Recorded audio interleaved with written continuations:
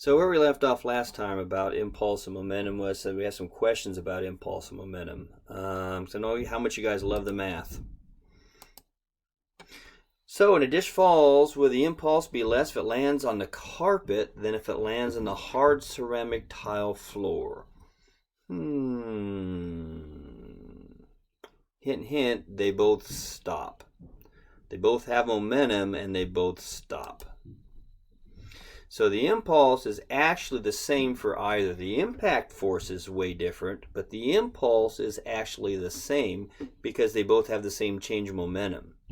So since they both undergo the same change of momentum, it's the same impulse, but way different force. The force will be much less on the one that hits the carpet because it takes a longer time to stop. So there's a difference between impulse and impact. The impact force is greater on the ceramic tile, but the impulse is actually the same on both. So if a boxer is able to increase the time of impact by 5 times by rolling with the punch, so it makes the time last 5 times longer, what happens to the impact force? Well, it's 1/5. Okay? So it's going to be reduced by 5 times. So it's the same impulse delivered at the same change in momentum happening, but it's over a longer period of time. Bouncing good in accidents or is bouncing bad? So if you ram your car into something, is it better just to stop, or is it better to hit that and then bounce backwards? Well, it turns out bounce is bad because it's a larger impulse. It's a greater change in velocity. So your car is a certain mass, and when it comes to a stop, that's a change in velocity. But then if it also then goes backwards, it's even a bigger change in velocity. So a bounce actually is bad in an accident. You don't want to do a bounce because that's a greater impulse. So if you're thinking about a race car hitting the wall at a high speed, if it comes to a stop, that's still a large impulse. But if it not just stops, but it bounces backwards, that's even a greater impulse because it's a greater change in velocity. So in keeping people safe in cars, bouncing is actually bad. So the impulse required to bring an object to a stop and then throw it backwards is greater than it is just to stop the thing. And there's different examples like this Peloton wheel that if water hits the wheel, it could cause it to move. But if not only hits the wheel, and it goes the other direction, it goes faster. Jet engines on your commercial jets, if you ever flown, have the same kind of thing happening. That what happens on a jet engine, they actually rev the engines as soon as they hit the ground. Well, the reason they rev the engine is they have one of these things that kind of drops. So the engines are shooting gases downward or backwards to the airplane to accelerate, but they have a thing that slips behind the engine that shoots it forward. As it shoots it forward, the thrust is actually against the motion it's going. So as they rev in the engine, it's actually shooting forwards. It slows the thing down. That's kind of an example of how this thing works. Give you some more math stuff for the mathies out there. So you have a 0.4 kilogram ball moving at 30 meters per second to the left and rebounds at 20 to the right of the ball. What is the impulse of the net force during this collision? And secondly, if it's in contact for 1/10 of a second, what's the average force acting from the wall? Alrighty. So when you're finding the impulse, you have to find the change of momentum. It's one and the same thing. The impulse causes the change of momentum. So since I don't have any information about force and time, I use the mass and change in velocity to answer that question about the impulse, because it's the same amount in the same direction. So 0.4 in that. Be careful on the convention here. It's the final minus initial. The final is called 20. That means the author decided to make the opposite direction to the left, like on a number line, negative. So that's negative 30. So it's the difference in velocity. So 20 minus a minus 30, well, that's the same as a plus. So that's 50, and 50 times 0.4 is 20 newton-second of impulse. Now, the only way to find what the actual force is, you have to have a way to measure the time. If you don't have a way to measure the time of impact, whether it's a baseball hitting a baseball bat hitting a baseball, or whether it's a golf club hitting a ball, if you don't have a way to measure the time of interaction, you really can't find the force.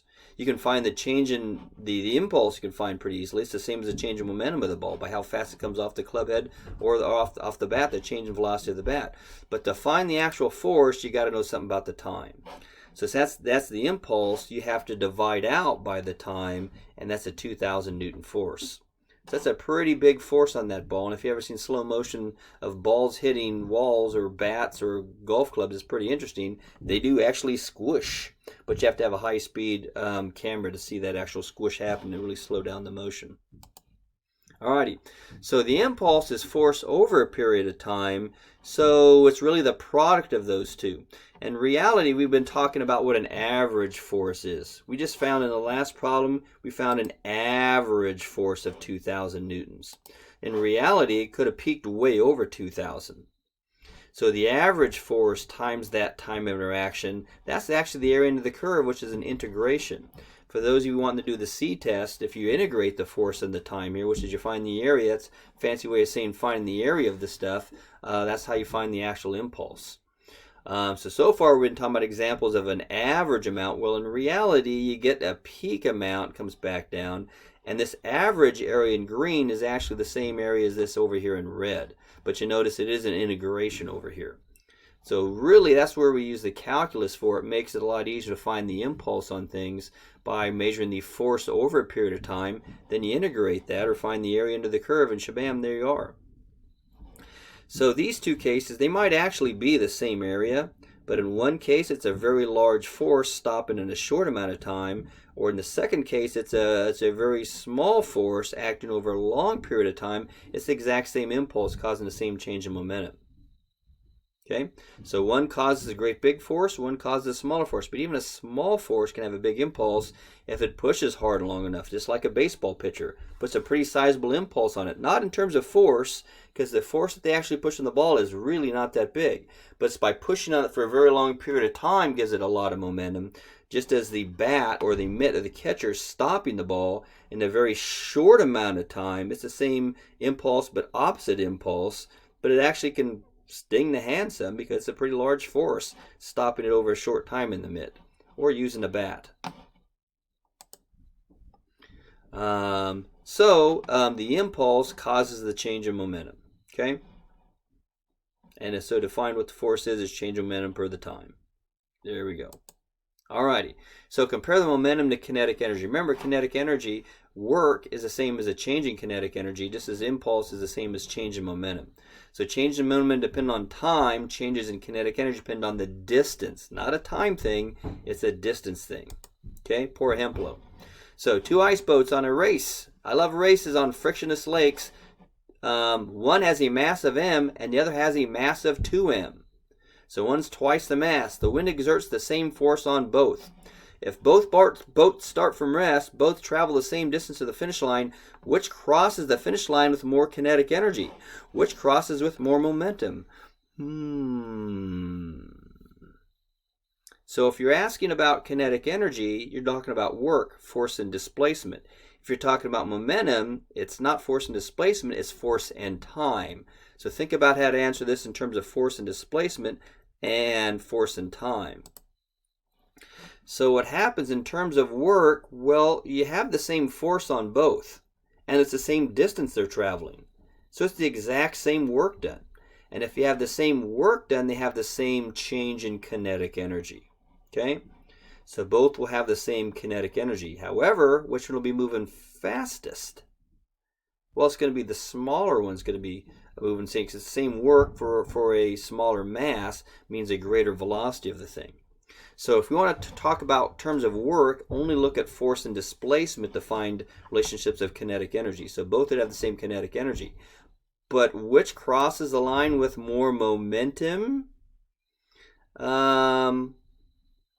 Well, first of all, we know the lighter one has to be going faster because of the less mass. But we also want to eventually get to the question of which has more momentum. So yes, one does get there before the other one. The lighter one gets there first because it's traveling faster. But in terms of momentum, now we look at force and time. So it's the same distance, but which one gets pushed on for a longer period of time? Well, it's actually the slow one. It's the same force on both, but the slow one is being pushed on longer by the time it gets there. It actually has a greater impulse on it. It has a greater momentum.